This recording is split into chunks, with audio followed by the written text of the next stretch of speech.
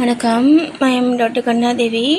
இது வந்துட்டு என்ன சொல்ல வரேன்னா, சாமி கும்பிட்றதுக்கும் நம்ம பாடியில் உண்டாகக்கூடிய நோய்கள் வந்து சரியாகிறதுக்கும் சம்மந்தம் இருக்கா அப்படிங்கிறத பற்றி தான் பேச வந்தேன்.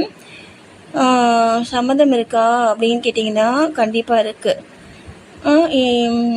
என்ன நடக்குது அப்படின்னா, நம்ம சாமி வந்துட்டு கும்பிடும் பொழுது அந்த சாமியினுடைய அந்த சாமி வந்துட்டு நம்ம மனதில் வந்து நினைக்கும் பொழுது நம்முடைய மன எண்ண அலைகள் வந்துட்டு குறையுது.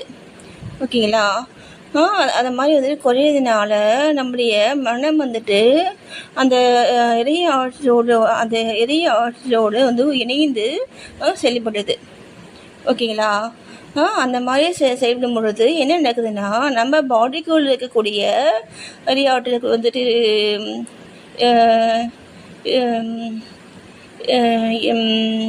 என்னது நம்முடைய ஆன்மா தான் நம்முடைய இறையாற்றல். அந்த நம்முடைய இறையாற்றலும் வெளியில் இருக்கக்கூடிய அந்த இறையாற்றலும் ஒன்றாக இணைந்து செயல்படும் பொழுது நம்ம பாடியில் இருக்கக்கூடிய நோய்கள் வந்துட்டு பரிபூர்ணமாக வந்துட்டு குணமடையுது. ஓகேங்களா? நன்றி. இதை நான் வந்துட்டு எப்படி சொல்கிறேன் அப்படின்னா, இப்போ எனக்கு வந்து பார்த்தீங்கன்னா ஏஜ் வந்துட்டு ஒரு 44 இருக்கும். ஓகேங்களா? இது வரைக்கும் என்னுடைய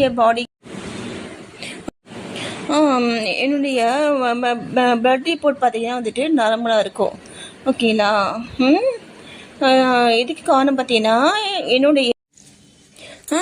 இதுக்கு காரணம் பார்த்தீங்கன்னா என்னுடைய இறையாற்றல். இதே மாதிரி தான் உங்களுக்குள்ளேயும் இந்த இறையாற்றல் இருக்குது. ஓகேங்களா? நீங்கள் இதை முயற்சி செய்து பாருங்கள். நன்றி.